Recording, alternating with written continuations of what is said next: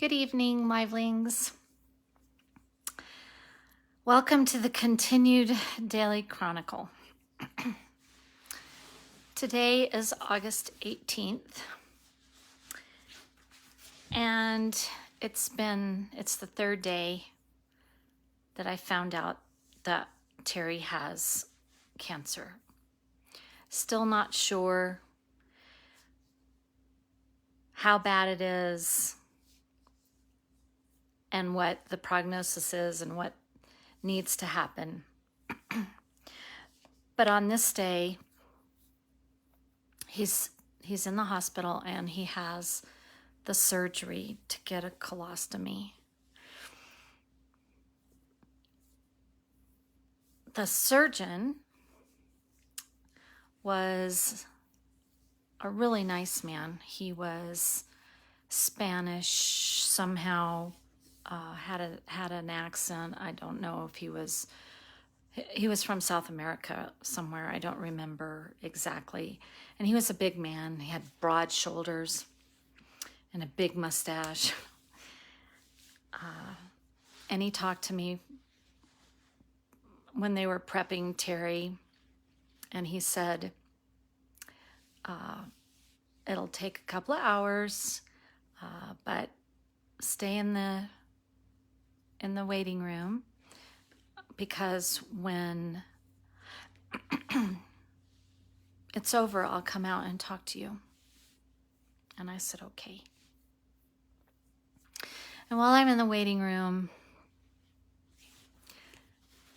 my mind is just racing, but I didn't know what to think. I didn't know how to feel. I was still in shock. And I went from thinking, what's going to happen now, to it's all going to be okay. And there's a part of your brain that says maybe they made a mistake and they're going to go in there and it's not going to be as bad as they thought. And I just remember holding on to the hopeful thoughts of, this is somehow going to work out. It can't be as bad as everybody seems to think it is. I was really trying so hard to be positive and not think the worst. And after the surgery was over, the surgeon came out and he sat next to me on this love seat in the lobby waiting area.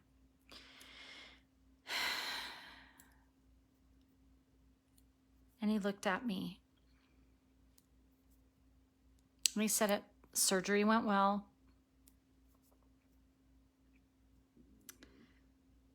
But I could tell the look on his face. And I really appreciate this man because he told me the truth.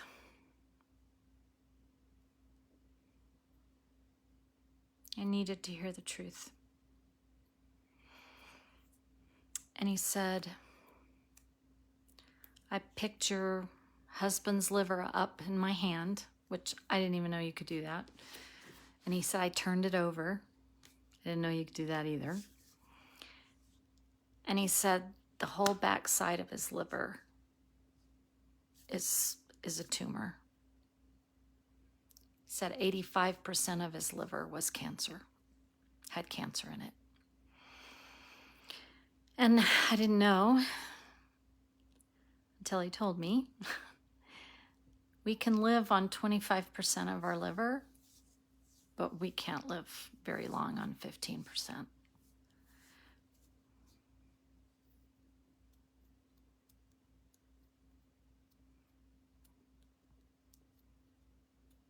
And he also told me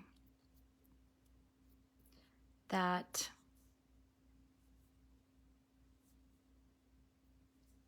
Terry wouldn't be able to handle chemotherapy.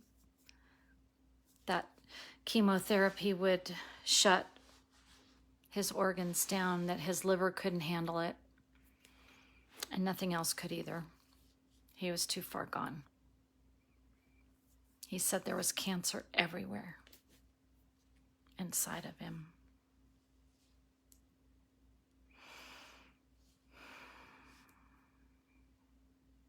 And I knew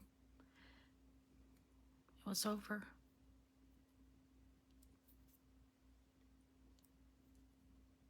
There was nothing they could do.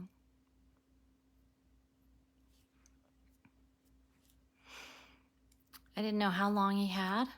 And I asked the doctor, I said, do you have any idea how long he has? And he said, no, but not long.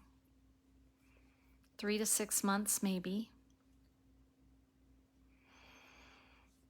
And I said, okay.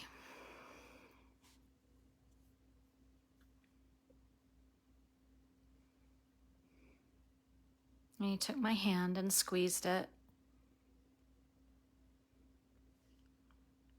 And then he got up and left. And I was sitting there by myself because I had promised Terry I wouldn't tell anybody.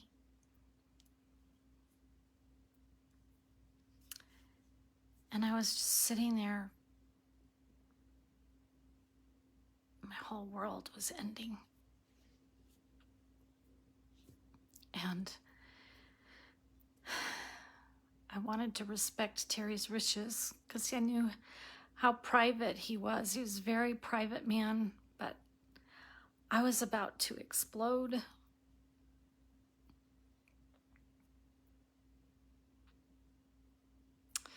So I called one of my girlfriends, and I honestly can't remember who. I think it was Diana. Maybe it was Carolyn because she was a nurse at Memorial. One of the two. Diana, because she knew Terry for so long. She was the one that introduced him to me. And I remember saying, don't tell anybody. I promised Terry I wouldn't tell.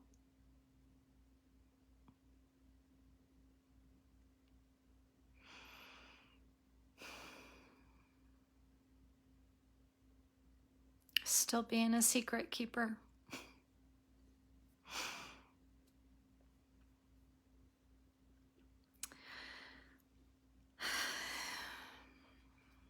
And Terry came out of recovery and back in his room, and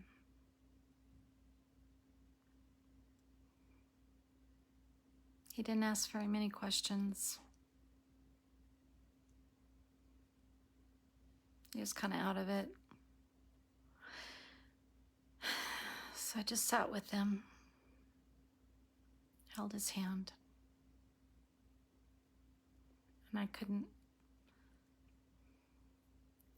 didn't know what the doctors had said or if he even remembered anything, so I didn't say anything. I just sat there with him.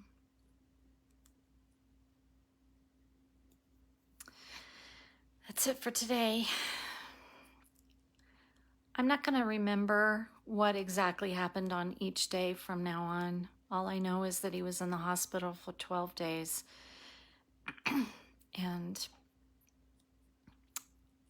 I'll tell you all the things that happened during that time, because there was a lot going on behind the scenes. And we'll get in that tomorrow. Good night.